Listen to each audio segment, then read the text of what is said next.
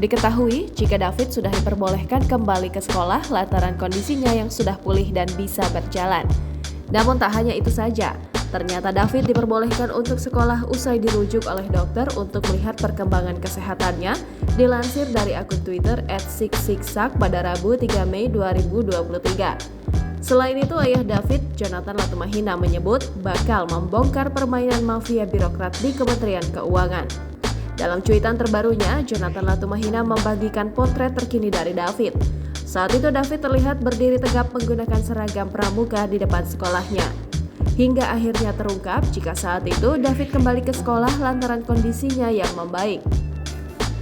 Sebelumnya diketahui jika David semakin membaik usai mendapatkan perawatan di rumah dan check up rutin di rumah sakit. Tak hanya itu saja, David juga sudah bisa berjalan tanpa dibantu dengan alat berjalan lagi, sehingga membuat dokter mengurangi jumlah obat yang dikonsumsi putra Jonathan Latumahina tersebut. Kemudian untuk latihan fisio, David hanya fokus pada kekuatan pinggang dan kore. Untuk melihat psikis dan kognitifnya, David juga disarankan untuk kembali bersekolah. Jangan lupa subscribe, share, komen, dan like ya!